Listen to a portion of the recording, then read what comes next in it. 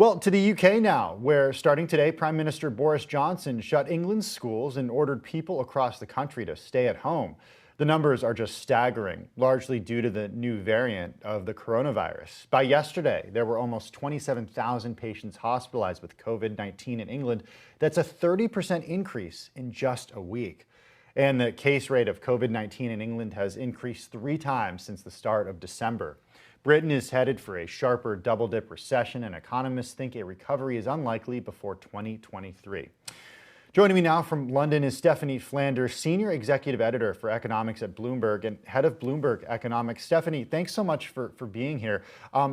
Chancellor Rishi Sunak announced today that £4.6 billion of emergency support to help UK businesses. What's the economic crisis that's unfolding in Britain right now? Well, it's certainly a disappointment in terms of, this first few months of the year. Certainly our economists had penciled in an uptick, beginning of that big bounce back in the recovery as we saw the vaccine starting to roll out. And instead, we've had more and more restrictions on the economy, culminating now in what we hope will be the last lockdown, the third full lockdown of the economy. And of course, businesses that have been hanging on all this time with support from the government, but they would argue not enough to completely fill the hole that this lost business has left, are wondering what's next. There's been so many promises from the government. We'll definitely keep schools open, 24 hours before schools are closed. We will definitely get rid of our furlough support, keeping people in work paid for by the government. Then that's been extended again and again. So I think, one of the things businesses today were happy about that support, at least if you're going to get it, if you're in the sectors in the front line of this, the retail and leisure sector. But many of them saying we need more certainty and we need support beyond March when everything is supposed to go perfect again. Well, one more promise, I guess we could call it, that Boris Johnson has made is that the UK will deliver 2 million coronavirus vaccines a week. Given what we've seen delivered thus far, does that seem to be like a realistic number? Well, it's a lot more than we currently have. And we know that even though there were several million doses in theory that we could have given out even before the end of last year, around 1 million people have been vaccinated through the end of December. Pretty efficient we're way ahead of other countries in Europe on vaccinations, it should be said, but not nearly as good as countries like Israel that you were just talking about. This Prime Minister has made some big promises about the level of testing over the months, about many other claims that have turned out to be over-optimistic. So people are obviously treating that forecast with a lot of salt. But if you look through to February, there are reasons for thinking that they will get, if not 2 million a week, they will certainly get up the vaccination rate very high, because they have around the country now with this new AstraZeneca approval for that vaccine, which is so much easier to dispense and can be taken out on the road, if you like.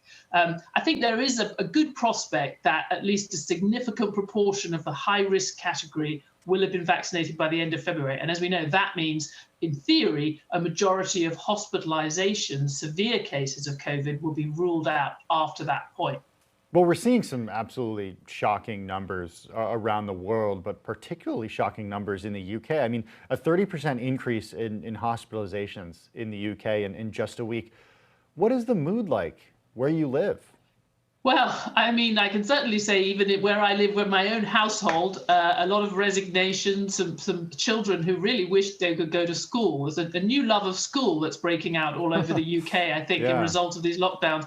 But I think weary resignation. Of course, it feels a little bit different from last spring, because we know we all have older relatives or mothers-in-law, fathers-in-law that are being vaccinated. We know it's happening, and that there is some prospect that we will come out of this in the next couple of months. But as you say, the short-term picture really quite bleak, and I think has crept up on everyone. The pace of hospitalizations, the strain on the NHS.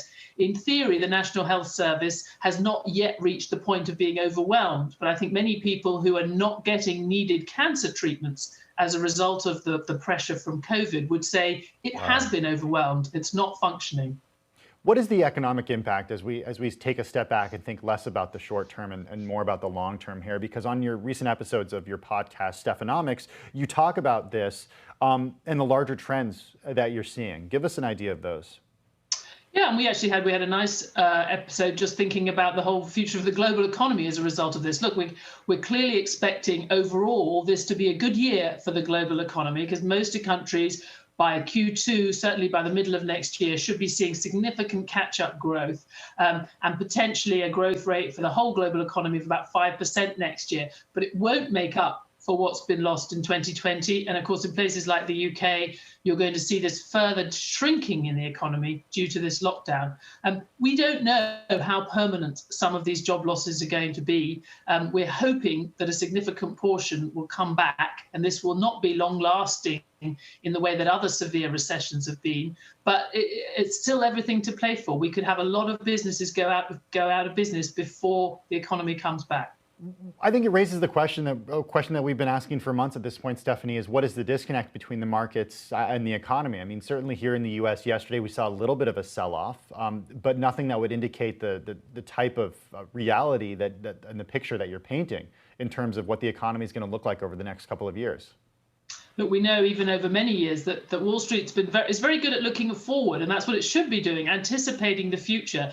And for a long while now, it's been anticipating a long period of very loose, stimulative fiscal and monetary policy alongside eventually a recovery. We are going to see that, but I guess the question is, when are we going to see the economy actually make good on those forecasts, and how fast will the economy come back? Will it come fast enough for Wall Street not to be found, if you like, pedaling in midair?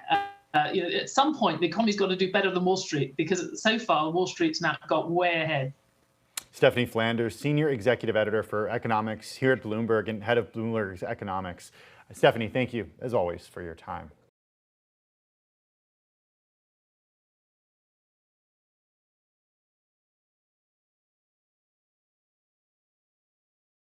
The biggest stories the moment they happen from around the globe. Subscribe to Bloomberg Quick Take now for insight in an instant.